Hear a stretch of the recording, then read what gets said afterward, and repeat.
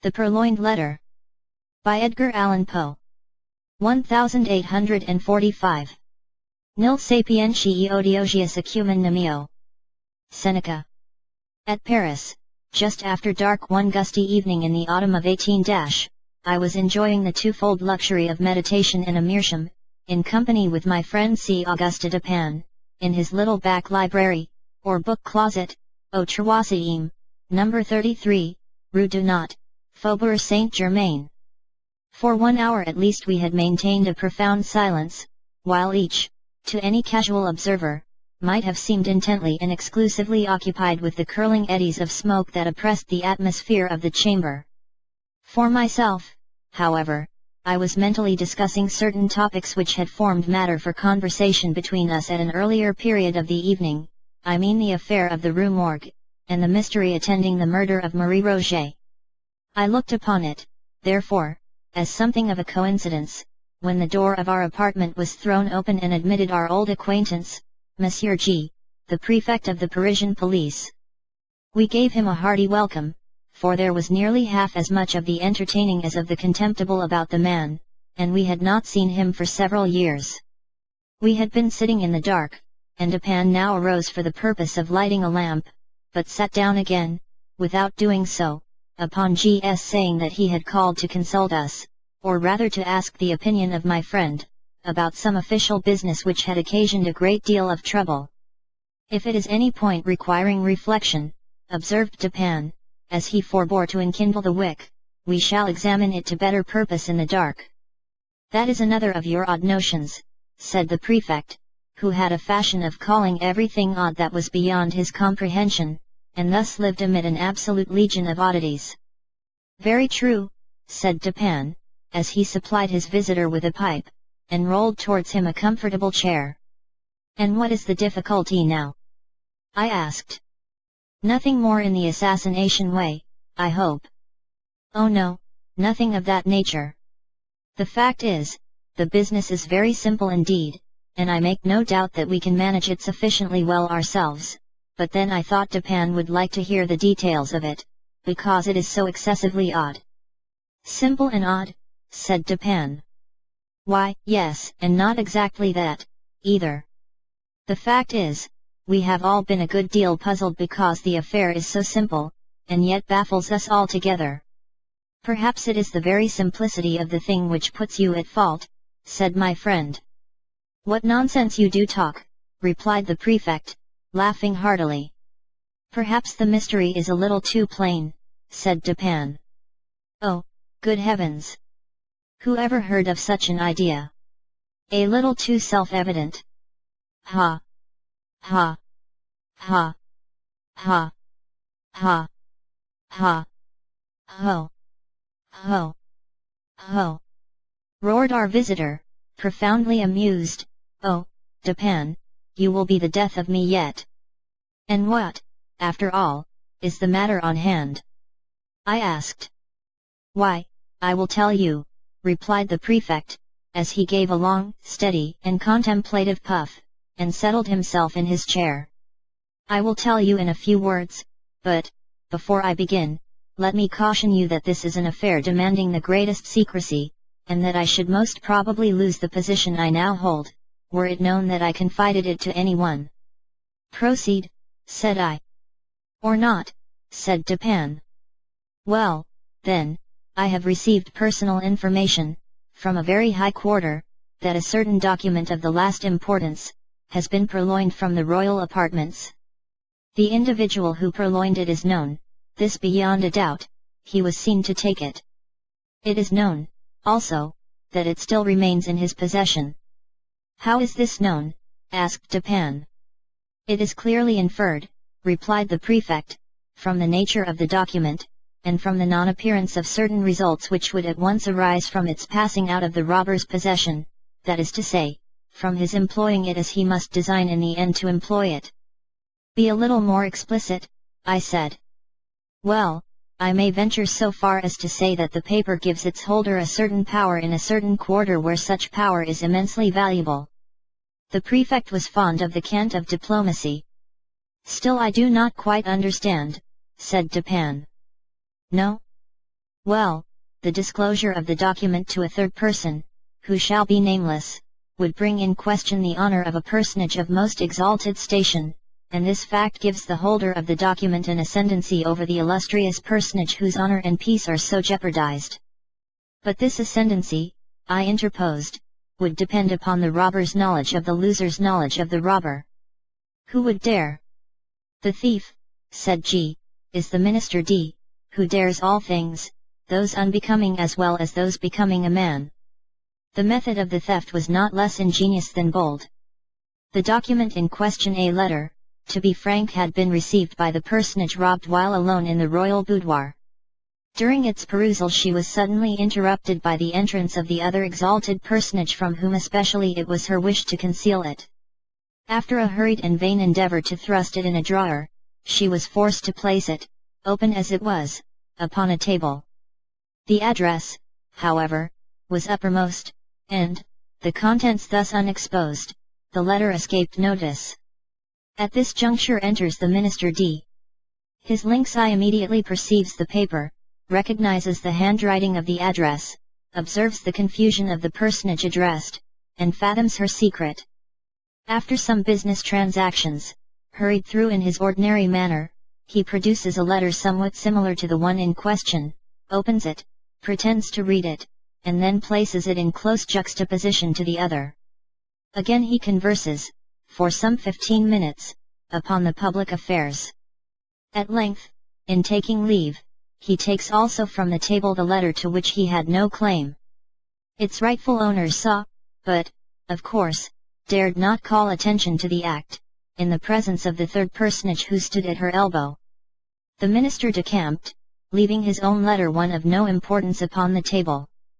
Here, then, said Dupin to me, you have precisely what you demand to make the ascendancy complete: the robber's knowledge of the loser's knowledge of the robber.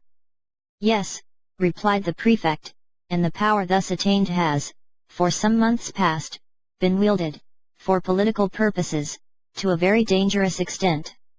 The personage robbed is more thoroughly convinced, every day, of the necessity of reclaiming her letter.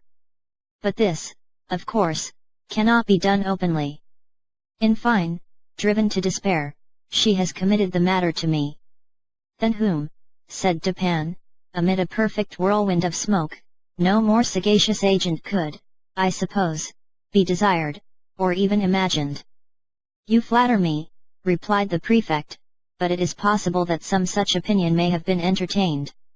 It is clear, said I, as you observe, that the letter is still in possession of the minister, since it is this possession, and not any employment of the letter, which bestows the power. With the employment the power departs. True, said G, and upon this conviction I proceeded. My first care was to make thorough search of the minister's hotel, and here my chief embarrassment lay in the necessity of searching without his knowledge. Beyond all things, I have been warned of the danger which would result from giving him reason to suspect our design. But, said I, you are quite au fait in these investigations. The Parisian police have done this thing often before. Oh yes, and for this reason I did not despair. The habits of the minister gave me, too, a great advantage. He is frequently absent from home all night. His servants are by no means numerous. They sleep at a distance from their master's apartment, and, being chiefly Neapolitans, are readily made drunk. I have keys, as you know, with which I can open any chamber or cabinet in Paris. For 3 months a night has not passed, during the greater part of which I have not been engaged, personally, in ransacking the D Hotel. My honor is interested, and, to mention a great secret, the reward is enormous. So I did not abandon the search until I had become fully satisfied that the thief is a more astute man than myself. I fancy that I have investigated every nook and corner of the premises in which it is possible that the paper can be concealed. But is it not possible, I suggested, that although the letter may be in possession of the minister, as it unquestionably is, he may have concealed it elsewhere than upon his own premises? This is barely possible, said Dupin. The present peculiar condition of affairs at court, and especially of those intrigues in which D is known to be involved, would render the instant availability of the document its susceptibility of being produced at a moment's notice a point of nearly equal importance with its possession. Its susceptibility of being produced, said I. That is to say, of being destroyed, said Dupin. True, I observed, the paper is clearly then upon the premises. As for its being upon the person of the minister, we may consider that as out of the question. Entirely, said the prefect. He has been twice waylaid, as if by footpads, and his person rigorously searched under my own inspection. You might have spared yourself this trouble, said Dupin. I presume, is not altogether a fool, and, if not, must have anticipated these waylayings, as a matter of course. Not altogether a fool, said G, but then he's a poet, which I take to be only one remove from a fool. True, said Dupin, after a long and thoughtful whiff from his meerschaum, although I have been guilty of certain doggerel myself. Suppose you detail, said I, the particulars of your search. Why, the fact is, we took our time, and we searched everywhere. I have had long experience in these affairs. I took the entire building, room by room, devoting the nights of a whole week to each. We examined, first, the furniture of each apartment. We opened every possible drawer, and I presume you know that, to a properly trained police agent, such a thing as a secret drawer is impossible. Any man is a dolt who permits a secret drawer to escape him in a search of this kind. The thing is so plain. There is a certain amount of bulk of space to be accounted for in every cabinet. Then we have accurate rules. The 50th part of a line could not escape us. After the cabinets we took the chairs. The cushions we probed with the fine long needles you have seen me employ. From the tables we removed the tops. Why so? Sometimes the top of a table, or other similarly arranged piece of furniture, is removed by the person wishing to conceal an article, then the leg is excavated, the article deposited within the cavity, and the top replaced. The bottoms and tops of bedposts are employed in the same way. But could not the cavity be detected by sounding? I asked. By no means, if, when the article is deposited, a sufficient wadding of cotton be placed around it. Besides, in our case, we were obliged to proceed without noise. But you could not have taken to pieces all articles of furniture in which it would have been possible to make a deposit in the manner you mention. A letter may be compressed into a thin spiral roll, not differing much in shape or bulk from a large knitting needle, and in this form it might be inserted into the rung of a chair, for example. You did not take to pieces all the chairs. Certainly not, but we did better. We examined the rungs of every chair in the hotel, and, indeed, the jointings of every description of furniture, by the aid of a most powerful microscope. Had there been any traces of recent disturbance we should not have failed to detect it instantly. A single grain of gimlet dust, for example, would have been as obvious as an apple. Any disorder in the gluing, any unusual gaping in the joints would have sufficed to ensure detection.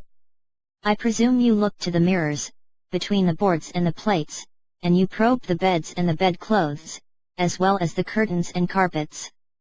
That of course, and when we had absolutely completed every particle of the furniture in this way, then we examined the house itself. We divided its entire surface into compartments, which we numbered, so that none might be missed. Then we scrutinized each individual square inch throughout the premises, including the two houses immediately adjoining, with the microscope, as before. The two houses adjoining! I exclaimed, you must have had a great deal of trouble. We had, but the reward offered is prodigious. You include the grounds about the houses. All the grounds are paved with brick. They gave us comparatively little trouble. We examined the moss between the bricks, and found it undisturbed. You looked among DS papers, of course, and into the books of the library. Certainly, we opened every package and parcel. We not only opened every book, but we turned over every leaf in each volume, not contenting ourselves with a mere shake, according to the fashion of some of our police officers. We also measured the thickness of every book cover, with the most accurate admeasurement, and applied to each the most jealous scrutiny of the microscope. Had any of the bindings been recently meddled with, it would have been utterly impossible that the facts should have escaped observation. Some 5 or 6 volumes, just from the hands of the binder, we carefully probed, longitudinally, with the needles. You explored the floors beneath the carpets. Beyond doubt. We removed every carpet, and examined the boards with the microscope. And the paper on the walls. Yes. You looked into the cellars. We did. Then, I said, you have been making a miscalculation, and the letter is not upon the premises, as you suppose. I fear you are right there, said the prefect. And now, Dupin, what would you advise me to do? To make a thorough research of the premises. That is absolutely needless, replied G. I am not more sure that I breathe than I am that the letter is not at the hotel. I have no better advice to give you, said Dupin. You have, of course, an accurate description of the letter. Oh yes. And here the prefect, producing a memorandum book, proceeded to read aloud a minute account of the internal, and especially of the external appearance of the missing document. Soon after finishing the perusal of this description, he took his departure, more entirely depressed in spirits than I had ever known the good gentleman before. In about a month afterwards he paid us another visit, and found us occupied very nearly as before. He took a pipe and a chair and entered into some ordinary conversation. At length I said, Well, but G, what of the purloined letter? I presume you have at last made up your mind that there is no such thing as overreaching the minister.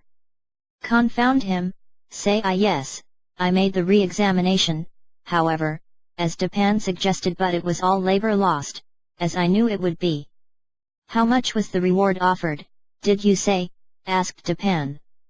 Why, a very great deal, a very liberal reward. I don't like to say how much, precisely, but one thing I will say, that I wouldn't mind giving my individual check for 50,000 francs to anyone who could obtain me that letter. The fact is, it is becoming of more and more importance every day, and the reward has been lately doubled.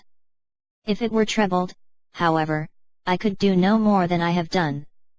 Why, yes, said Dupin, drawlingly, between the whiffs of his meerschaum, I really think, G, you have not exerted yourself to the utmost in this matter. You might do a little more, I think, et. How? In what way? Why puff, you might puff, employ counsel in the matter, et. Puff. Do you remember the story they tell of Abernethy? No, hang Abernethy. To be sure. Hang him and welcome. But, once upon a time, a certain rich miser conceived the design of sponging upon this Abernethy for a medical opinion. Getting up, for this purpose, an ordinary conversation in a private company, he insinuated his case to the physician, as that of an imaginary individual. We will suppose, said the miser, that his symptoms are such and such. Now, doctor, what would you have directed him to take? Take, said Abernethy, why, take advice, to be sure. But, said the prefect, a little discomposed, I am perfectly willing to take advice, and to pay for it. I would really give 50,000 francs to anyone who would aid me in the matter. In that case, replied Dupin, opening a drawer, and producing a cheque-book, you may as well fill me up a cheque for the amount mentioned. When you have signed it, I will hand you the letter. I was astounded. The prefect appeared absolutely thunderstricken. For some minutes he remained speechless and motionless, looking incredulously at my friend with open mouth, and eyes that seemed starting from their sockets. Then, apparently in some measure, he seized a pen, and after several pauses and vacant stares, finally filled up and signed a cheque for 50,000 francs, and handed it across the table to Dupin. The latter examined it carefully and deposited it in his pocket-book, then, unlocking an escritoire, took thence a letter and gave it to the prefect. This functionary grasped it in a perfect agony of joy, opened it with a trembling hand, cast a rapid glance at its contents, and then, scrambling and struggling to the door, rushed at length unceremoniously from the room and from the house, without having uttered a syllable since Stepan had requested him to fill up the check. When he had gone, my friend entered into some explanations. "The Parisian police," he said, "are exceedingly able in their way. They are persevering, ingenious, cunning, and thoroughly versed in the knowledge which their duties seem chiefly to demand." Thus, when G detailed to us his mode of searching the premises at the Hotel D, I felt entire confidence in his having made a satisfactory investigation so far as his labors extended. "So far as his labors extended," said I. "Yes," said Stepan.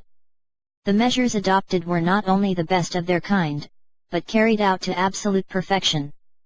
Had the letter been deposited within the range of their search, these fellows would, beyond a question, have found it." I merely laughed, but he seemed quite serious in all that he said. "The measures, then," he continued, "were good in their kind, and well executed. Their defect lay in their being inapplicable to the case, and to the man. A certain set of highly ingenious resources are, with the prefect, a sort of Procrustean bed, to which he forcibly adapts his designs. But he perpetually errs by being too deep or too shallow, for the matter in hand, and many a schoolboy is a better reasoner than he. I knew one about 8 years of age, whose success at guessing in the game of even and odd attracted universal admiration. This game is simple, and is played with marbles. One player holds in his hand a number of these toys, and demands of another whether that number is even or odd. If the guess is right, the guesser wins 1, if wrong, he loses 1. The boy to whom I allude won all the marbles of the school. Of course he had some principle of guessing, and this lay in mere observation and admeasurement of the astuteness of his opponents. For example, an arrant simpleton is his opponent, and, holding up his closed hand, asks, "Are they even or odd?" Our schoolboy replies, "Odd," and loses, but upon the second trial he wins, for he then says to himself, "The simpleton had them even upon the first trial, and his amount of cunning is just sufficient to make him have them odd upon the second. I will therefore guess odd." He guesses odd, and wins. Now, with the simpleton a degree above the first, he would have reasoned thus: "This fellow finds that in the first instance I guessed odd, and, in the second, he will propose to himself upon the first impulse, a simple variation from even to odd, as did the first simpleton, but then a second thought will suggest that this is too simple a variation, and finally he will decide upon putting it even as before. I will therefore guess even guesses even, and wins." Now this mode of reasoning in the schoolboy, whom his fellows termed lucky, what, in its last analysis, is it? It is merely, I said, an identification of the reasoner's intellect with that of his opponent.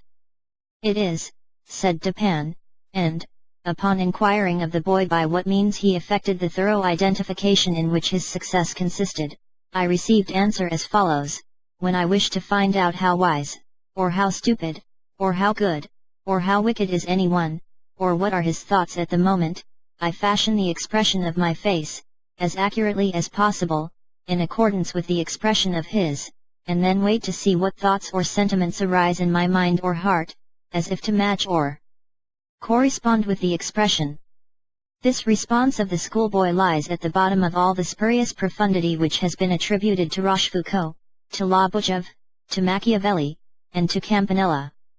And the identification, I said, of the reasoner's intellect with that of his opponent, depends, if I understand you aright, upon the accuracy with which the opponent's intellect is admeasured. For its practical value it depends upon this, replied Stepan, and the prefect and his cohort fall so frequently, first, by default of this identification, and, secondly, by ill admeasurement, or rather through non-admeasurement, of the intellect with which they are engaged. They consider only their own ideas of ingenuity, and, in searching for anything hidden, advert only to the modes in which they would have hidden it. They are right in this much that their own ingenuity is a faithful representative of that of the mass, but when the cunning of the individual felon is diverse in character from their own, the felon foils them, of course. This always happens when it is above their own, and very usually when it is below. They have no variation of principle in their investigations. At best, when urged by some unusual emergency by some extraordinary reward, they extend or exaggerate their old modes of practice, without touching their principles. What, for example, in this case of D, has been done to vary the principle of action? What is all this boring, and probing, and sounding, and scrutinizing with the microscope, and dividing the surface of the building into registered square inches? What is it all but an exaggeration of the application of the one principle or set of principles of search, which are based upon the one set of notions regarding human ingenuity, to which the prefect, in the long routine of his duty, has been accustomed? Do you not see he has taken it for granted that all men proceed to conceal a letter, not exactly in a gimlet hole bored in a chair leg, but, at least, in some hole or corner suggested by the same tenor of thought which would urge a man to secrete a letter in a gimlet hole bored in a chair leg? And do you not see also, that such recherches nooks for concealment are adapted only for ordinary occasions, and would be adopted only by ordinary intellects? For, in all cases of concealment, a disposal of the article concealed, a disposal of it in this recherche manner, is, in the very first instance, presumable and presumed, and thus its discovery depends, not at all upon the acumen, but altogether upon the mere care, patience, and determination of the seekers, and where the case is of importance, or, what amounts to the same thing in the policial eyes, when the reward is of magnitude, the qualities in question have never been known to fall. You will now understand what I meant in suggesting that, had the purloined letter been hidden anywhere within the limits of the prefect's examination, in other words, had the principle of its concealment been comprehended within the principles of the prefect, its discovery would have been a matter altogether beyond question. This functionary, however, has been thoroughly mystified, and the remote source of his defeat lies in the supposition that the minister is a fool, because he has acquired renown as a poet. All fools are poets, this the prefect feels, and he is merely guilty of a non-distributio medii in thence inferring that all poets are fools. But is this really the poet? I asked. There are two brothers, I know, and both have attained reputation in letters. The minister, I believe, has written learnedly on the differential calculus. He is a mathematician, and no poet. You are mistaken, I know him well, he is both. As poet and mathematician, he would reason well; as mere mathematician, he could not have reasoned at all, and thus would have been at the mercy of the prefect. You surprise me, I said, by these opinions, which have been contradicted by the voice of the world. You do not mean to set at naught the well-digested idea of centuries. The mathematical reason has long been regarded as the reason par excellence. Ilyaa parier, replied Tapan, quoting from Chamfort, K tout idée publique, tout convention recu, est unsatis, car ella convenuo plus grand nombre. The mathematicians, I grant you, have done their best to promulgate the popular error to which you allude, and which is none the less an error for its promulgation as truth. With an art worthy a better cause, for example, they have insinuated the term analysis into application to algebra. The French are the originators of this particular deception, but if a term is of any importance, if words derive any value from applicability, then analysis conveys algebra about as much as, in Latin, ambitus implies ambition, religio religion, or homines honesty, a set of honorable men. You have a quarrel on hand, I see, said I, with some of the algebraists of Paris, but proceed. I dispute the availability, and thus the value, of that reason which is cultivated in any especial form other than the abstractly logical. I dispute, in particular, the reason adduced by mathematical study. The mathematics are the science of form and quantity, mathematical reasoning is merely logic applied to observation upon form and quantity. The great error lies in supposing that even the truths of what is called pure algebra, are abstract or general truths. And this error is so egregious that I am confounded at the universality with which it has been received. Mathematical axioms are not axioms of general truth. What is true of relation of form and quantity is often grossly false in regard to morals, for example. In this latter science it is very usually untrue that the aggregated parts are equal to the whole. In chemistry also the axiom falls. In the consideration of motive it falls, for two motives, each of a given value, have not, necessarily, a value when united, equal to the sum of their values apart. There are numerous other mathematical truths which are only truths within the limits of relation. But the mathematician argues, from his finite truths, through habit, as if they were of an absolutely general applicability as the world indeed imagines them to be. Bryant, in his very learned mythology, mentions an analogous source of error, when he says that although the pagan fables are not believed, yet we forget ourselves continually, and make inferences from them as existing realities.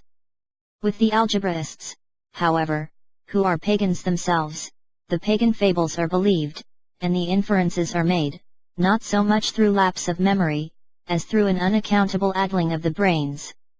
In short, I never yet encountered the mere mathematician who could be trusted out of equal roots, or one who did not clandestinely hold it as a point of his faith that x squared and px was absolutely and unconditionally equal to q. Say to one of these gentlemen, by way of experiment, if you please, that you believe occasions may occur where x squared and px is not altogether equal to q, and, having made him understand what you mean, get out of his reach as speedily as convenient, for, beyond doubt, he will endeavor to knock you down. I mean to say, continued Dupin, while I merely laughed at his last observations, that if the minister had been no more than a mathematician, the prefect would have been under no necessity of giving me this check. I knew him, however, as both mathematician and poet, and my measures were adapted to his capacity, with reference to the circumstances by which he was surrounded. I knew him as a courtier, too, and as a bold intrigant. Such a man, I considered, could not fail to be aware of the ordinary policial modes of action. He could not have failed to anticipate, and events have proved that he did not fail to anticipate the waylayings to which he was subjected. He must have foreseen, I reflected, the secret investigations of his premises.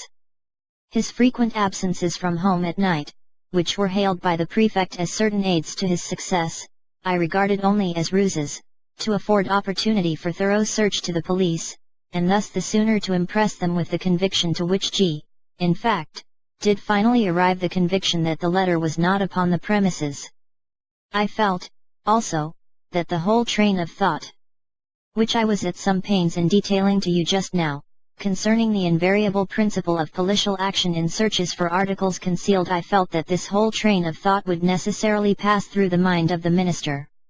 It would imperatively lead him to despise all the ordinary nooks of concealment. He could not, I reflected, be so weak as not to see that the most intricate and remote recess of his hotel would be as open as his commonest closets to the eyes, to the probes, to the gimlets, and to the microscopes of the prefect. I saw, in fine, that he would be driven, as a matter of course, to simplicity, if not deliberately induced to it as a matter of choice. You will remember, perhaps, how desperately the prefect laughed when I suggested, upon our first interview, that it was just possible this mystery troubled him so much on account of its being so very self-evident. Yes, said I remember his merriment well. I really thought he would have fallen into convulsions. The material world, continued Dupin, abounds with very strict analogies to the immaterial, and thus some color of truth has been given to the rhetorical dogma that metaphor or simile may be made to strengthen an argument, as well as to embellish a description. The principle of the vis inertia, for example, seems to be identical in physics and metaphysics. It is not more true in the former, that a large body is with more difficulty set in motion than a smaller one, and that its subsequent momentum is commensurate with this difficulty, than it is, in the latter, that intellects of the vaster capacity, while more forcible, more constant, and more eventful in their movements than those of inferior grade, are yet the less readily moved, and more embarrassed and full of hesitation in the first few steps of their progress. Again, have you ever noticed which of the street signs, over the shop doors, are the most attractive of attention? I have never given the matter a thought, I said.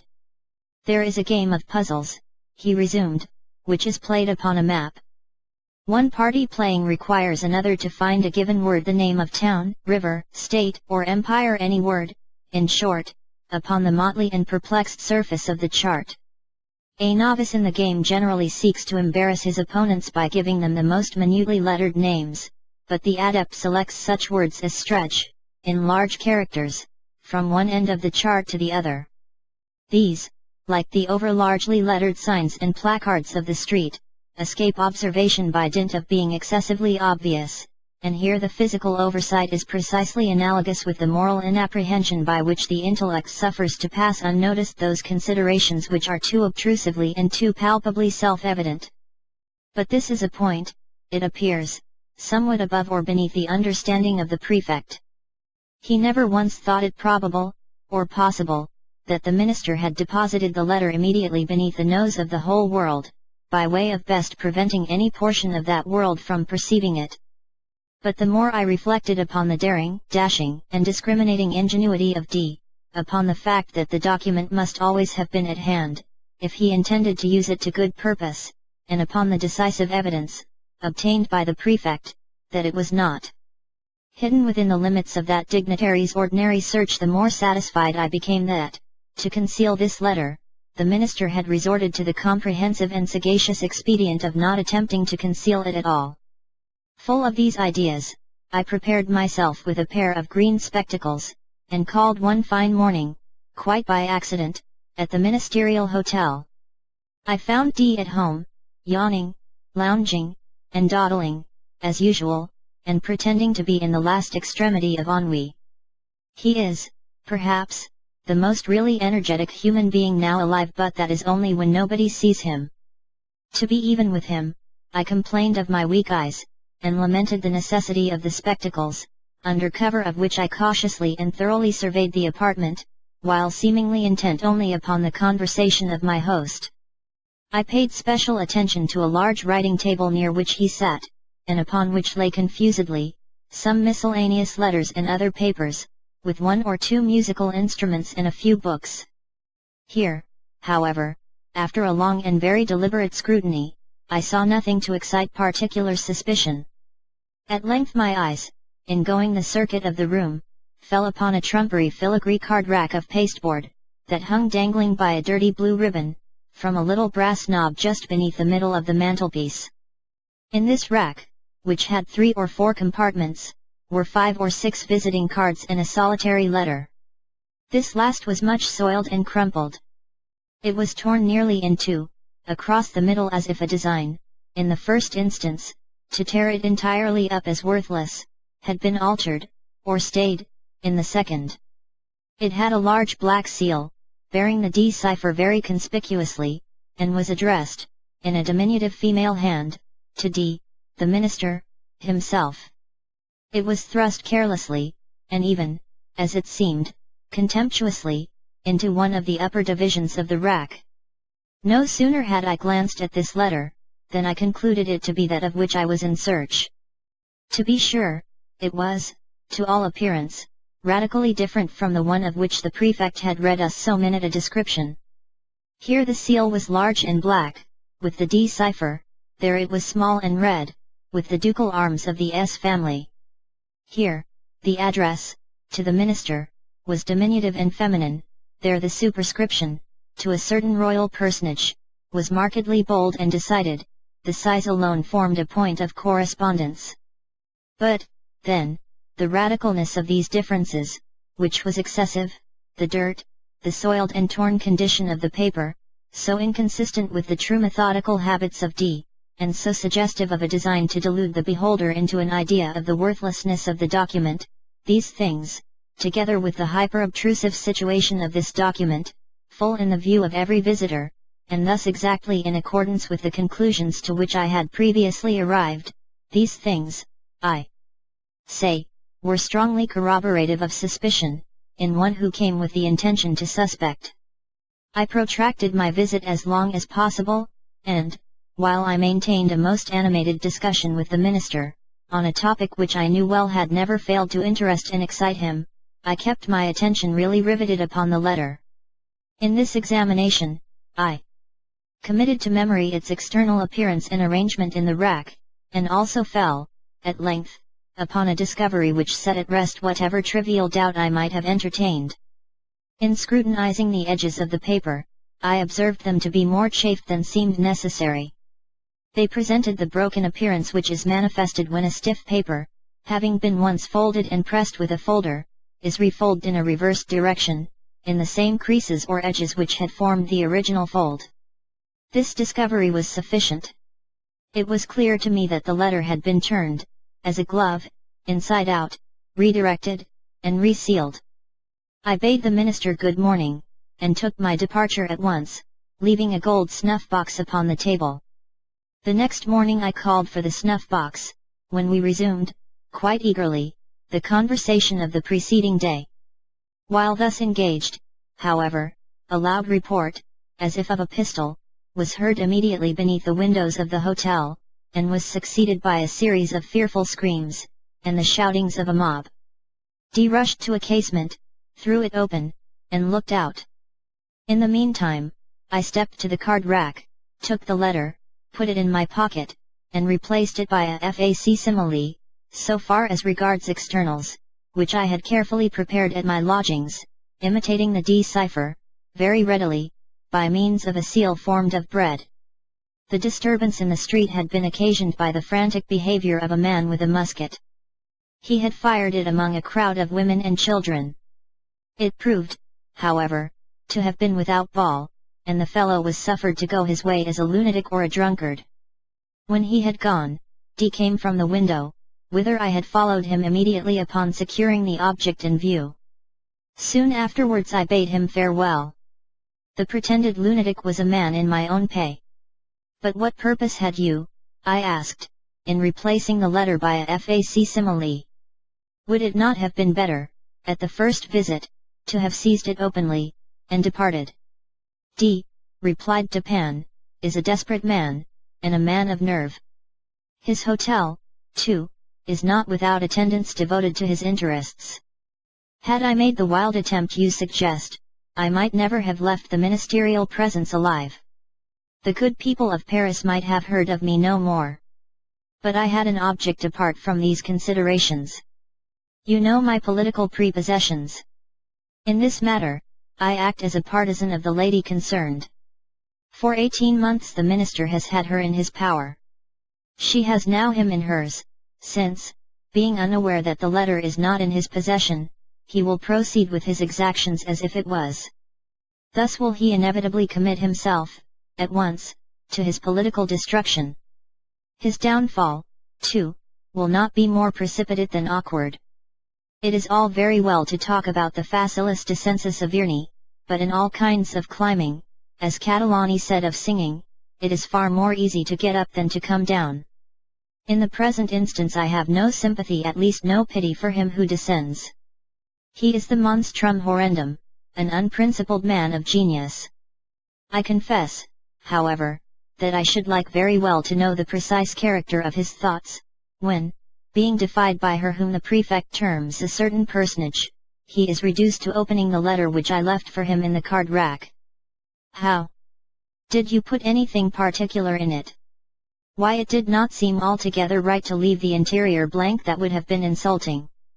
D, at Vienna once, did me an evil turn, which I told him, quite good-humouredly, that I should remember. So, as I knew he would feel some curiosity in regard to the identity of the person who had outwitted him, I thought it a pity not to give him a clue. He is well acquainted with my Ms., and I just copied into the middle of the blank sheet the words Undecine si funest. Silnest digni d'atri, est dignita est. They are to be found in Crebillan's A tree. The end.